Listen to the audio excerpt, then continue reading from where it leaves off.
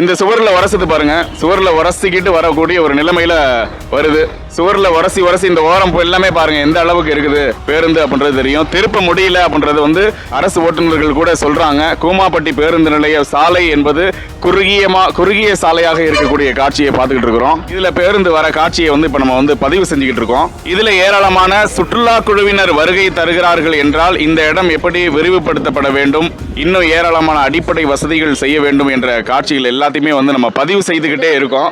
ஏராளமான இயற்கை வளம் மிகுந்த இந்த பகுதி, இயற்கை வளம் மிகுந்த இந்த பகுதியா இருந்தாலும் இந்த பகுதிக்கு பேருந்து போக்குவரத்து எவ்வளவு ஒரு கடினமான ஒரு நிலையில வருது அப்படின்றத இப்ப பதிவு செய்யறோம். இந்த சுவரில் உரசுது பாருங்க, சுவரில் உரசிக்கிட்டு வரக்கூடிய ஒரு நிலைமையில வருது. சுவரில் உரசி இந்த ஓரம் எல்லாமே பாருங்க எந்த அளவுக்கு இருக்குது பேருந்து அப்படின்றது தெரியும். திருப்ப முடியல அப்படின்றது வந்து அரசு ஓட்டுநர்கள் கூட சொல்றாங்க. கூமாப்பட்டி பேருந்து நிலைய சாலை என்பது குறுகிய சாலையாக இருக்கக்கூடிய காட்சியை பார்த்துக்கிட்டு இருக்கிறோம். எப்படிங்க இந்த ஒரே கிராச்சஸ் ஆகிருக்குது? பேருந்து உரசி தானா? பேருந்து உரசி இப்பதான் கிராச் ஆனது. பேருந்து உரசி கிராச். ஆமா, கிராச் ஆனது சார்.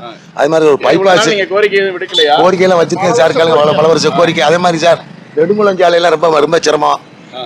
ஒரு பைபாஸ் ஒன்று நம்ம ஊருக்கு கம்பல்சரியா தேவை சார். ஒரு பைபாஸ் போட்டாங்கன்னா பிரச்சனை இல்லை.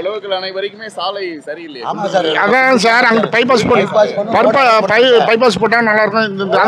ரெண்டாவது வருஷனோடு பாதம்னு சொன்னாங்க. அதுக்கு 10 கோடி அவர் எம்எல்ஏ ராமசாமி இருக்கும்போது ரெடி பண்ணாங்க. கலைஞர் பில்லு தான் ரெடி பண்ணாங்க. அது அப்படியே அதுலேயும் கிடப்பிலே கிடக்கு.